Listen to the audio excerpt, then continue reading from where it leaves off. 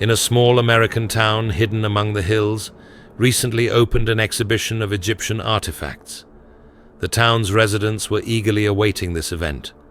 The museum brought a unique find, a sarcophagus with a mummy of the priestess Neferu-Ra. She was the keeper of ancient secrets of Egypt. According to legend, Neferu-Ra in her lifetime had magical power. She could influence the fate of people and bring curses to her enemies. However, as it often happens, no one took ancient beliefs seriously. On the opening day, the museum was filled with crowds of visitors. The exposition included jewelry, ritual objects, scrolls with mysterious writings. However, the main exhibit was the sarcophagus itself. It amazed with its grandeur, a massive structure made of black granite, covered with ancient writings and images of the gods of the afterlife. Among the inscriptions, archaeologists were able to decipher the warning, "Whoever disturbs my rest will become a vessel for my soul." Among the visitors was a young man named Daniel Harper. He had been fascinated by Egyptian culture since childhood. Daniel had read many books about pharaohs, curses, and mystical rituals. Looking at the sarcophagus, he felt an irresistible urge to move closer. As he ran his hand admiringly over its surface, Daniel suddenly felt a sharp pain. The sharp edge of the stone had left a thin cut on his finger. A drop of blood rolled down and fell directly onto the mummy inside the sarcophagus. Daniel flinched, but quickly wiped the wound. He didn't pay much attention to the incident and continued to look around the exhibit. A few days later, Daniel began to feel strange. He had nightmares. He saw a woman in long robes, her dark eyes devouring his soul. He woke up feeling as if someone was watching him. The feeling of uneasiness did not leave him day or night. Meanwhile, strange things began to happen in the museum, where there was an exhibition from Egypt. First, one of the employees, the hall caretaker, disappeared without a trace. He was on duty the night after the exhibition. His workplace remained untouched. His belongings were in place, but the man himself was not found.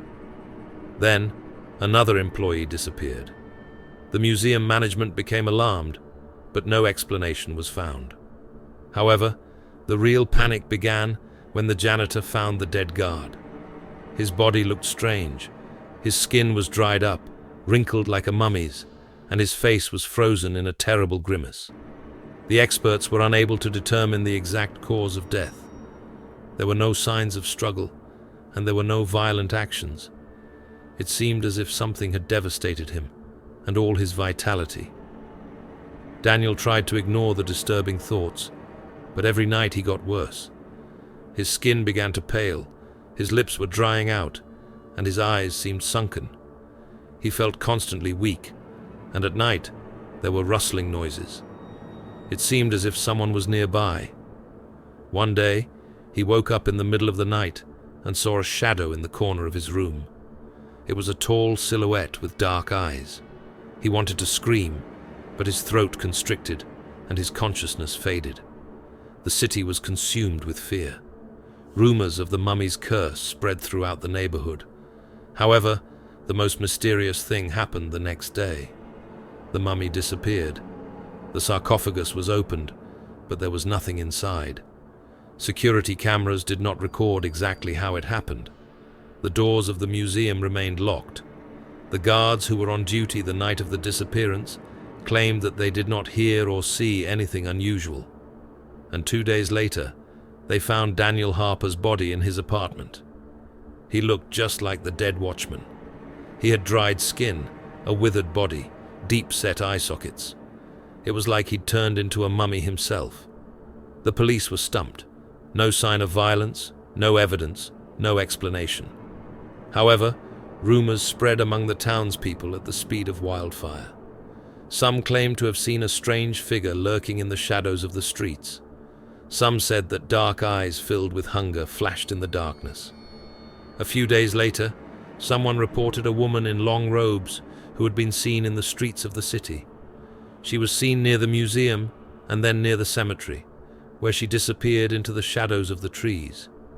She moved gracefully, but her gaze was cold and impenetrable, as if she saw something more than ordinary people.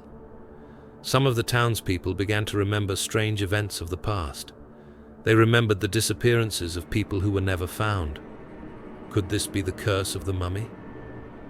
The museum hastily shut down the exhibition, and the sarcophagus was returned to Egypt. However, the fear of the people of the city remained. No one knew if it was Neferu-Ra's curse, or if she had simply found a new vessel.